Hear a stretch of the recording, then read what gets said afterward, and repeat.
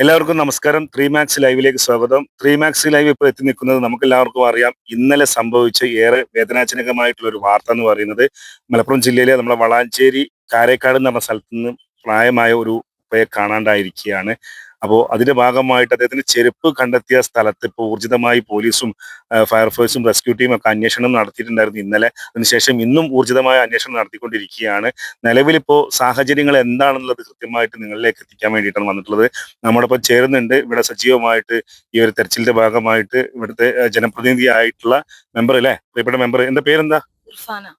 നിലവിലിപ്പോ എന്താണ് അവസ്ഥ? കണ്ടുകിട്ടാൻ വല്ല മാർഗം ഉണ്ടായിട്ടുണ്ടോ?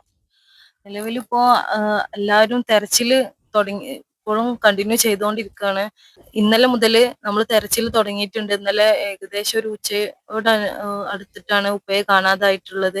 അപ്പോൾ ഇന്നലെ മുതൽ നമ്മൾ നല്ല രീതിയിൽ തന്നെ ഒരുപാട് ആളുകളും പോലീസും വീട്ടുകാരും നാട്ടുകാരൊക്കെ ആയിട്ട് തെരച്ചിൽ തുടങ്ങിയിട്ടുണ്ട്. ഇതുവരെ ഒന്നും നമുക്ക് ചെരുപ്പല്ലാതെ ഒന്നും നമുക്ക് ലഭിച്ചിട്ടില്ല. എല്ലാവർക്കും നല്ലൊരു വേദന ഉണ്ടാക്കുന്ന ഒരു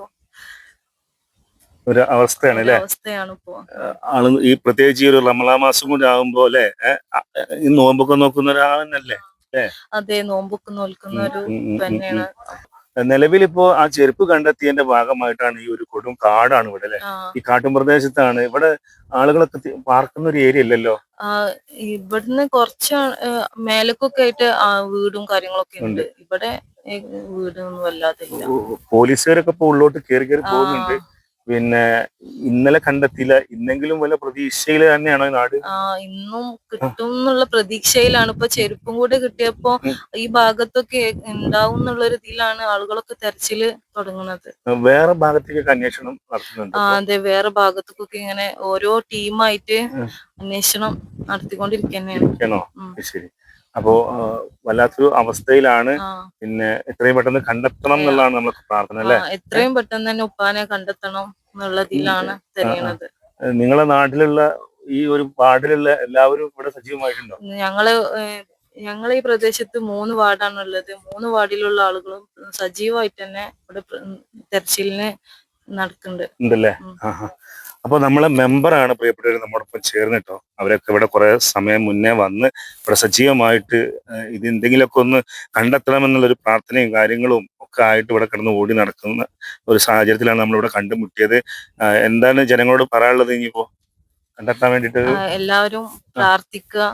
അതുപോലെ തന്നെ എല്ലാവരും ഇതുവരെ തെരച്ചിലിനൊന്നും ഇറങ്ങാത്ത ആളുകളുണ്ടെന്നുണ്ടെങ്കിൽ കൂടുതൽ സജീവമായിട്ട് തന്നെ തെരയുക.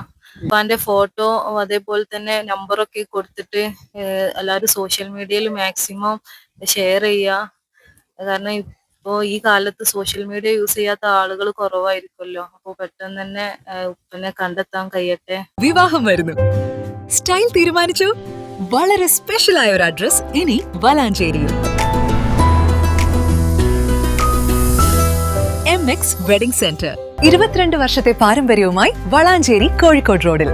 വളാഞ്ചേരിയിലെ ഏറ്റവും വലിയ bridal showroom MX Wedding Center, Valanjeri, Pattambi, Kutanad, Koppam and Kecheri.